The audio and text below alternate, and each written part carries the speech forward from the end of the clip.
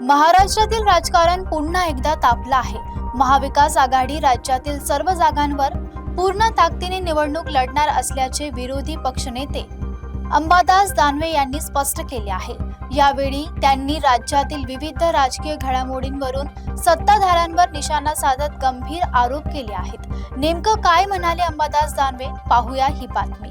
राज्यातील आगामी राजकीय समीकरणांच्या पार्श्वभूमीवर आरोप प्रत्यारोपांच्या फैरी झडताना दिसतात. अशातच महाविकास आघाडी राज्यातील प्रत्येक जागेवर एकजुटीने आणि पूर्ण ताकदीने लढणार असल्याचे अंबादास दानवे यांनी स्पष्ट केले.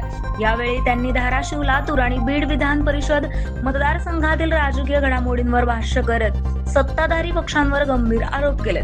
राज्यातील काही ठिकाणी राजकीय दबावाचे वातावरण निर्माण करण्यात येत असल्याचा दावा त्यांनी केलाय. दरम्यान अंबादास दानवे यांच्या आरोपांमुळे राज्यातील राजकीय वातावरण आणखी तापण्याची चिन्हे दिसून आगामी काळात या आरोपांना सत्ताधारी पक्षांकडून काय उत्तर दिले जाते याकडे आता सर्वांचं लक्ष लागलंय.